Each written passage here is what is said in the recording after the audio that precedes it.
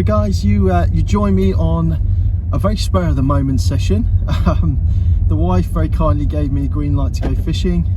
So yeah, I've come up to one of the club specimen waters to have a go. It's got good winter form, surprisingly deep, but still does have quite good winter form. So we're the only people here, I should say. So yeah, let's be positive. Let's give it a go. Let's see how we get on. Let's get the stuff out of the car. Right, good morning everyone. Got down to the lake a bit late last night. As I said before, the missus gave me a chance to get out fishing, which was fantastic. I've managed to get down the lake. We'll have a quick look at it now. So, this is the swim I've ended up in. See, sorry, the jacket's over the top. The reason the jacket's over the top, as we've had one, guys. Yeah, very fortunate to get one. Sorry, that's dodgy camera work. But yeah, no one down today.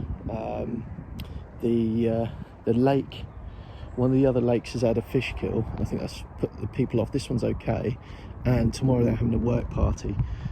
So again, I think it's just put a lot of people off. Not a big lake. Goes down typically to around 12, 13 feet. Stock is around 100 fish. So it shouldn't be that hard, but it is kind of known as one of their specimen waters because they put the bigger fish in here for a start. I'm only guessing 100, could be less, but it's very deep for the lakes on this club, and in some places it does go down a lot deeper. So yeah, it's got this beautiful kind of colouring to the water where they added some de-weeder in. De-weeder? Is that a word? I don't know. But again, last night, I'll show you some footage in a second of the fish we had. And yeah, it just came on a really nice little fluorocarbon rig I use. Let me sort that background out there. There we go. Yeah, just a simple fluorocarbon rig. So basically, by that I've got a size 6, usually a Kamakura, although this time I don't think I used it.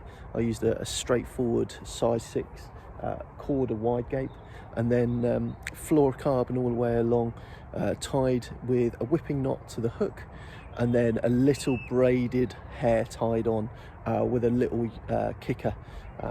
Little silicone kicker, really easy to knock up. You can do those in seconds. The water clarity, it's okay. I mean, it's not so bad the margin, but it drops off really deep to 8 foot straight away, then drops off to sort of 12 foot and sort of plateaus out through the middle. In this corner where I'm fishing, there's a little bowl right tucked in the corner, and they do tend to get in there.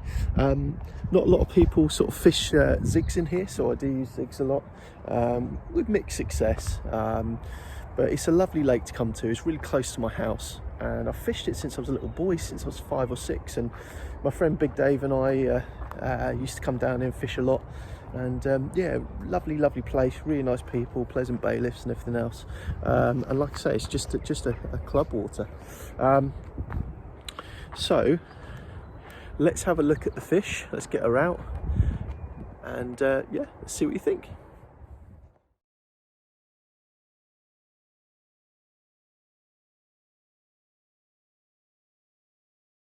Hi guys, well, it was really cold, blustery night last night, but we managed to get one.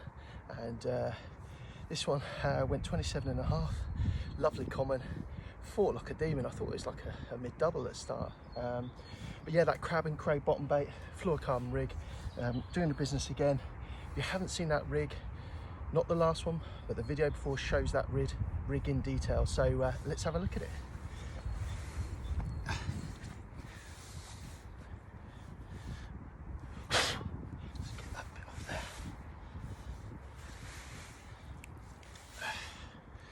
There we go, guys. 27 pounder winter common. She fought like an absolute demon. Enjoy your fishing, get on that crab and cray hook bait, and enjoy fish like this. Thanks guys, and take care. Right guys and girls, it's a little bit easier. So first of all, I keep all my rig foam in here, so if I'm fishing zigs, and I keep my little split shot in there. Number ones always work really nicely if I'm fishing 12 millers. Then wouldn't be without my Kamakuras. So in a minute you'll see two rigs, my open water rig, and where I fish a lot of the time is snaggy waters, so I need to step up to a bigger hook, so I use the Kamakura size 4s. Absolutely rate the Nash putty. I've used lots and lots of putties, but this one just, it seems to stay on. I know it sounds stupid, but it just seems to be really malleable when you need it, but stays on the line, which is great. Kamako, again, I fish a lot of bottom baits, and so I don't want the acidity of the bottom substrate to make the hook go all rusty and horrible. Obviously lighter, fairly straightforward. Hook puller, scissors standard, but these are really, really cool, as you can see there, and these are the Thinking Anglers ones. You've got the ability to not only tighten up your rigs there, make sure that the knots are not going to slip, but also the ability to strip off the coated braids. For open water, then I'd use the, oops, sorry guys, the Kamakura size 6, but to be fair, I don't often use those ones. It's usually the wide gape X stronger gauge of wire, or if I've got them Kamakura choddies, or if not, I always keep backups of the standard choddy in size 6, and wide gape XXX backups as well. And then I just add some old cranks for fishing zigs, and just another pack of the old 4. But the rest of it, it's all rubbish in the bottom there from zigs and everything else, Thinking Angler zigs. It always gets the rubbish at the bottom of your tackle box, don't you? The old foam and all that business. Pop those back in there, and now we'll have a look at the hook length material I use. So in a minute when I show you the rigs, I always use IQ2 or IQ, depends what I can get hold of in the shop. For my stiff rigs, then I'll use the ESP stiff rig material there in 25 pound. I also use the ESP gum, so if I'm fishing to spots, just marker up nice and easy. And then obviously super floss. Now this is key for me, armor cord. You think, oh yeah, why are you using shock leads all the time? Well, I use it for my soft hair material, and I'll show you in a second why. It's basically a lot more robust, to be honest guys, and if you flex it around and manipulate it, it starts being really flexible and really, really useful. I'm just going to pop these back in here, and then I'll show you 3 rigs really. I do use pop-ups. I do use them when needs must, but most of the time I'll be fishing on the deck. So let's have a look at those rigs now. Move this across.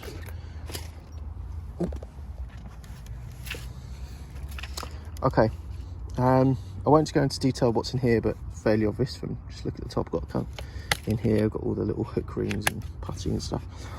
Basically down here I've got my little rigs for PVA bags, so we can tell the difference straight away. This is one of my rigs for fishing near the snags, so nice and straightforward there. CRV hook from Gardner, great hook, super strong, super sharp. And then if I can get this one out, this is if I'm fishing to open water or somewhere that's a bit clearer and cleaner and I can get away with it, then I'll fish that. Right, open water. For this one, if I'm fishing open water, I'll fish a fairly standard choddy hook. This is an unsharpened one, it's not a Kamakura, down to a perfection loop knot. And yeah, this will just keeps everything nice and neat. And then I'll just put a bit of silicone over the edge and then clip it on. And then this one, you know, we're talking about that flexible hair. So if I